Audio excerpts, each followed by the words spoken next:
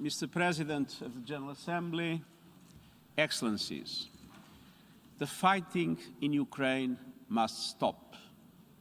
It's raging across the country from air, land, and sea. It must stop now. Russian missile and air bombardments have been pounding Ukrainian cities day and night. The capital, Kyiv, is encircled from all sides. In the face of the continuing attacks, Kyiv's 3 million residents are being forced to seek safety in their homes, improvised bomb shelters, and the city's subways. The Ukrainian government has distributed a meaningful number of arms to the population with the stated objective to participate in the defense of the country. According to UNHCR, 500,000 Ukrainians have fled across the country's borders. Although Russian strikes are reportedly largely targeting Ukrainian military facilities, we have credible accounts of residential buildings, critical civilian infrastructure, and other non-military targets sustaining heavy damage. This escalating violence, which is resulting in civilian deaths, including children, is totally unacceptable. Enough is enough. Soldiers need to move back to their barracks, and leaders need to move to peace. Civilians must be protected. International humanitarian and human rights law must be upheld. The sovereignty, independence, and territorial integrity of Ukraine within its internationally recognized borders must be respected, in line with General Assembly resolutions. Mr. President, we are facing a tragedy for Ukraine, but also a major regional crisis with potentially disastrous implications for us all. Yesterday, Russian nuclear forces were put on high alert. This is a chilling development. The mere idea of a nuclear conflict is simply inconceivable. Nothing can justify the use of nuclear weapons. Mr. President, we face what could easily become Europe's worst humanitarian and refugee crisis in decades, with the numbers of refugees and internally displaced multiplying by the minute. I am grateful for the compassion, generosity, and solidarity of Ukraine's neighbors who are taking in those seeking safety.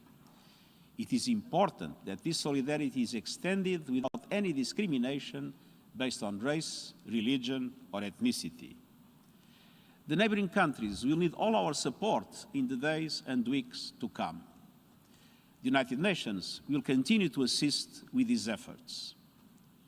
Mr. President, on Saturday, I spoke with President Zelensky and assured him that the United Nations would not abandon the Ukrainian people and conveyed our determination to enhance humanitarian assistance. Even before the events of the past week, the UN was providing some 3 million people on both sides of the contact line with humanitarian assistance.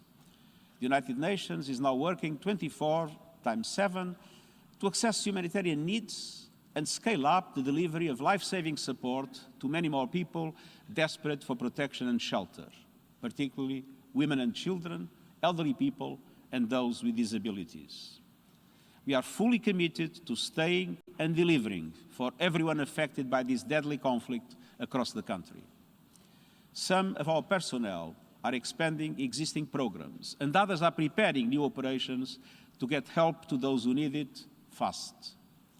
I want to highlight 3 concrete actions. First, I've allocated $20 million from the Central Emergency Response Fund to support emergency operations along the contact line in the eastern oblasts of Donetsk and Luhansk and in other parts of the country. These will allow us to help more vulnerable people get the basics, shelter, food, water, and health care as soon as possible. Second, I have appointed Amin Awad as the UN Crisis Coordinator for Ukraine. He will liaise with the government and with all relevant actors on the ground, supported by the resident and humanitarian coordinator and the UN country team.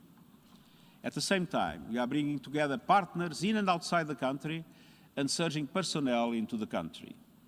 Third, tomorrow we will launch 2 coordinated emergency appeals for Ukraine and the region. One that addresses escalating humanitarian needs inside the country, including rising internal displacement, and another that responds to the needs of people crossing international borders to seek refuge in countries neighboring Ukraine.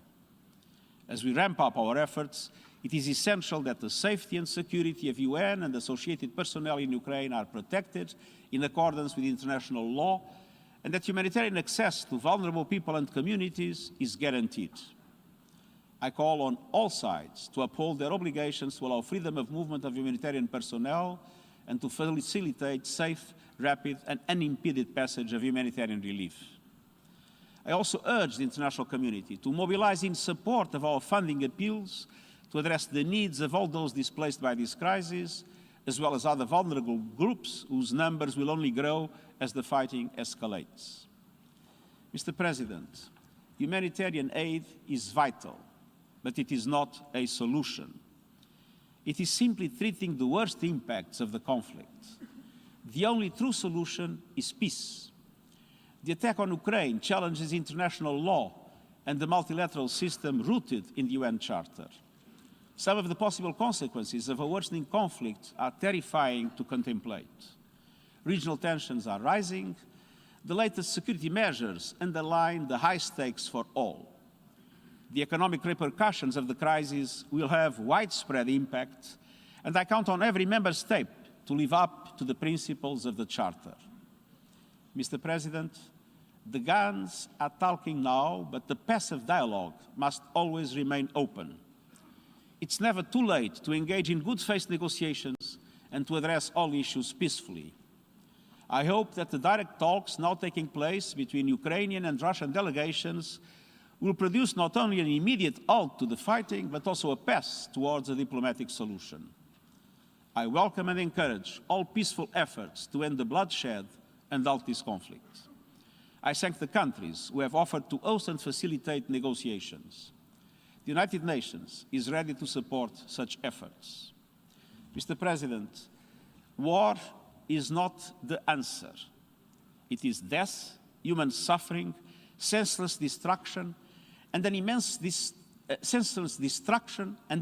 distraction from the real challenges facing humanity.